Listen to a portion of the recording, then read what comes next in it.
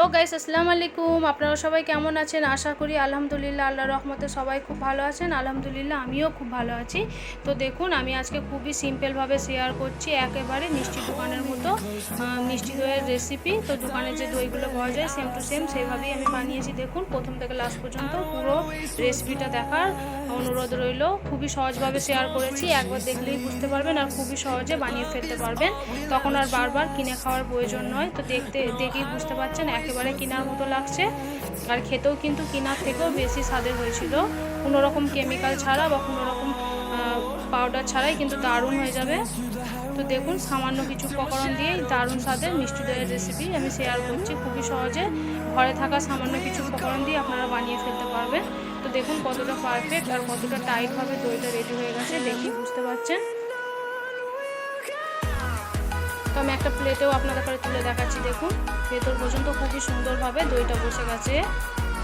মাত্র 2 থেকে 3 ঘন্টা হাতে সময় দিলেই এরকমভাবে পারফেক্ট একটা মিষ্টি দইয়ের রেসিপি আপনারা ঘরেতেই বানিয়ে ফেলতে পারবেন। তখন আর বারবার দোকান থেকে কিনে খাওয়ার প্রয়োজন নেই। খুবই সহজে বাড়িতেই বানিয়ে ফেলতে পারবেন দারুণ স্বাদের মিষ্টি দইয়ের রেসিপি। তো দেখুন, দেখতেও মাশাআল্লাহ কতটা সুন্দর হয়েছে, খেতেও কিন্তু খুবই সুন্দর হয়েছে, একেবারে দোকানের মতোই হয়েছে। তো দেখুন কতটা টাইটভাবে দইটা বসেছে। মাত্র 2 থেকে 3 ঘন্টা হাতে সময় থাকলেই এরকমভাবে পারফেক্ট একটা মিষ্টি দইয়ের রেসিপি বানিয়ে ফেলতে পারবেন। তো আমি একটা টক দইয়েরও রেসিপি শেয়ার করেছি। আপনাদের যদি দেখতে মন চায় বা শেখার মন চায় তাহলে আপনারা আমার চ্যানেলে গিয়ে দেখে নিতে পারেন। খুবই সহজভাবে ওই দইটার রেসিপিটাও আমি শেয়ার করেছি। তো দেখুন কতটা লোভনীয়, কতটা টেস্টি লাগছে। এই রমজান মাসে যদি এরকম ঘরেতেই পারফেক্ট একটা দইয়ের রেসিপি বানানো যায়, দারুণ হয়ে যাবে। তো দেখুন, আমি এখানে নিয়ে নিয়েছি 1 প্যাকেট আমুল দুধ মিষ্টি দই বানানোর জন্য। তো এখানে আমি নিয়ে নেবো 1.5 লিটার দুধ। তো 1.5 লিটার দুধটাকে অনেকটাই 500 মতো আনতে হবে। ফুটিয়ে অনেকটাই গাঢ় করে ফেলতে হবে।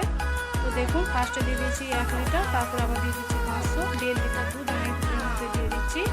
তো ফ্রাই প্যানটা গ্যাসের মধ্যে বসিয়ে দিচ্ছি ফোটার জন্য।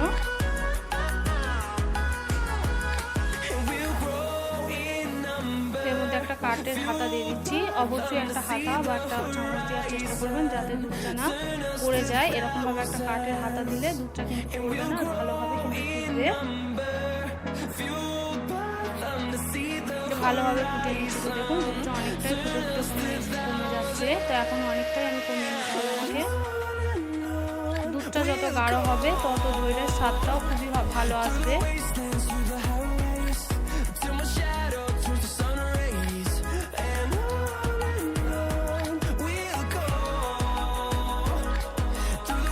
তো ভালোভাবে ফুটিয়ে নিচ্ছি আমি।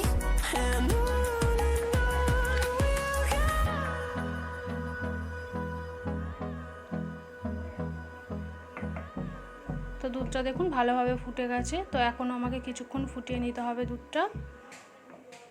খুবই সহজ, কোনো রকম ঝামেলা ছাড়াই কিন্তু একদম পারফেক্ট দইয়ের রেসিপি ঘরেতেই বানিয়ে নিতে পারবেন। তো দেখুন ভালোভাবে দুধটা নাড়াচাড়া করে নিচ্ছি। আর অবশ্যই খেয়াল রাখতে হবে দুধের ওপরে যেন কোনো সর বা কোনো মালাই না পড়ে, তাহলে কিন্তু দইটা ভালো হবে না। তাই অনবরত নাড়াচাড়া করতে হবে।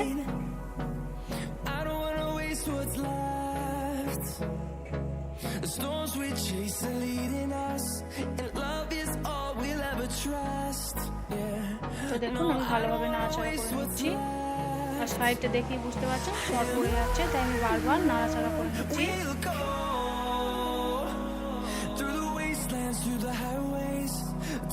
ভালোভাবে ফুটিয়ে নিচ্ছি আরও কিছুক্ষণ। দুধটা একটু গাঢ় করেই ফুটিয়ে নিতে হবে।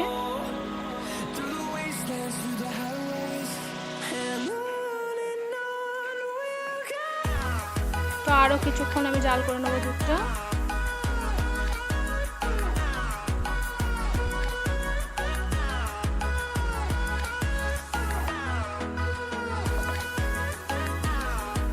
ভালোভাবে আরও কিছুক্ষণ আমি জাল করে নেব। তো ওপরে দেখুন সর পড়ে যাচ্ছে, তাই আমি এবার এই অবস্থায় দিয়ে দেবো চিনি। দুধের পরিমাণটা আগের থেকে অনেকটাই কমে গেছে, তাই এই অবস্থায় আমি দিয়ে দিচ্ছি পরিমাণ মতো চিনি। তো আমি এখানে ছোটো বাটির 1 বাটি চিনি দিয়েছি। তো আপনারা যেরকম মিষ্টি দই মিষ্টি খেতে পছন্দ করেন সেরকম হিসেবে আপনারা চিনিটা অ্যাড করে দিতে পারেন। যেহেতু আমি এখানে আমুল দুধ অ্যাড করবো, আমুল দুধ অনেকটাই মিষ্টি, তাই চিনির পরিমাণটা আমি খুব একটা বেশি দিইনি। তো দেখুন আগের থেকে অনেকটাই কমে গেছে। চিনিটা দিয়ে একটু ভালোভাবে নাড়াচাড়া করে নিচ্ছি।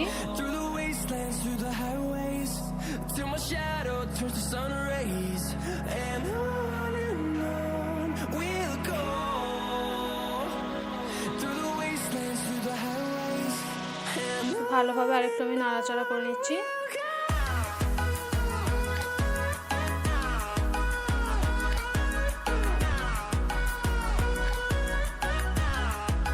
তো দুধটা আগের থেকে অনেকটাই গাঢ় হয়ে গেছে, দেখেই বুঝতে পারছেন আগের থেকে অনেকটা কমেও গেছে আর গাঢ় হয়ে গেছে।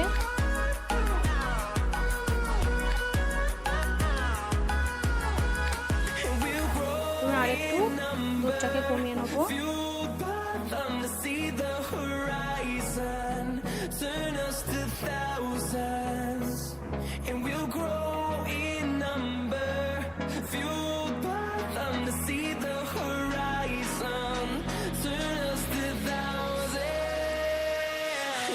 তো দেখুন ভালোভাবে আমি দুধটাকে একদম কমিয়ে নিয়েছি। আগের থেকে অনেকটা গাঢ়ও হয়ে গেছে আর দুধটা অনেকটা কমেও গেছে, দেখি বুঝতে পারছেন।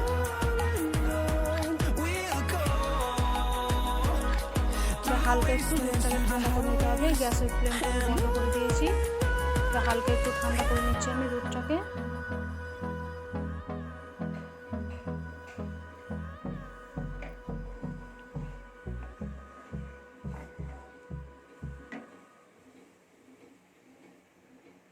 আর একটু জাল করে নিচ্ছি, কারণ আর একটু আমার মনে হচ্ছে যে দুধটা আর একটু কমাতে হবে, তার জন্য আমি আর একটু কমিয়ে নিচ্ছি দুধটা।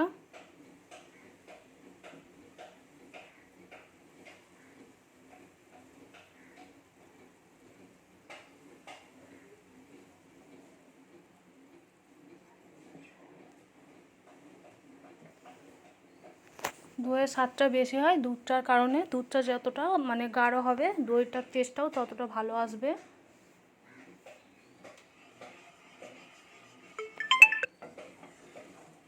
তো দেখুন দুধটা এবার আমি একটু ঠান্ডা করে নিচ্ছি। দিয়ে এখানে আমি দিয়ে দিচ্ছি আমুল দুধটা। 1 প্যাকেট আমুল দুধ, 10 টাকার যে প্যাকেটগুলো হয় সেই দুধটা আমি দিয়ে দিচ্ছি। দিয়ে একটু ভালোভাবে আমি গুলিয়ে নিচ্ছি।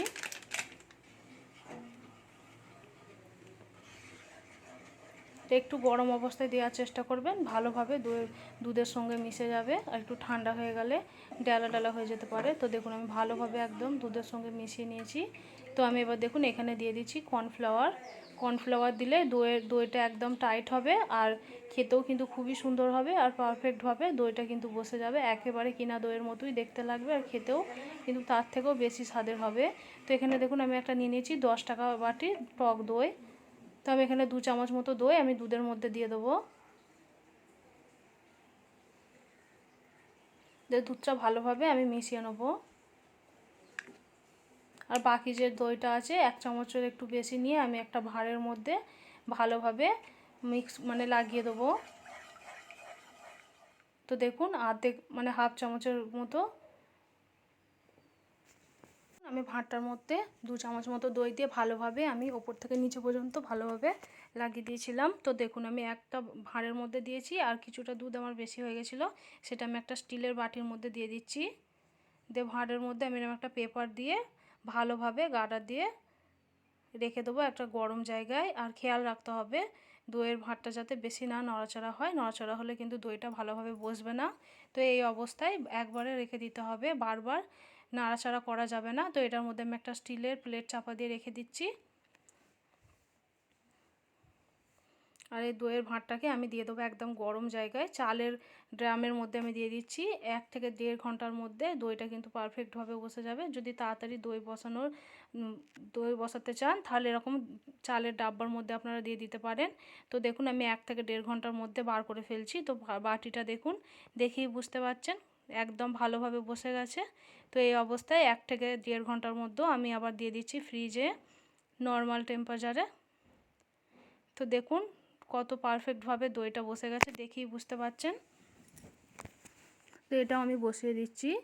তো তো আমার এই মিষ্টি দইয়ের রেসিপিটা আপনাদের কেমন লেগেছে অবশ্যই কমেন্ট করবেন, শেয়ার করবেন আর লাইক করতে একদম ভুলবেন না। আর আমার চ্যানেলে নতুন হলে সাবস্ক্রাইব করবেন।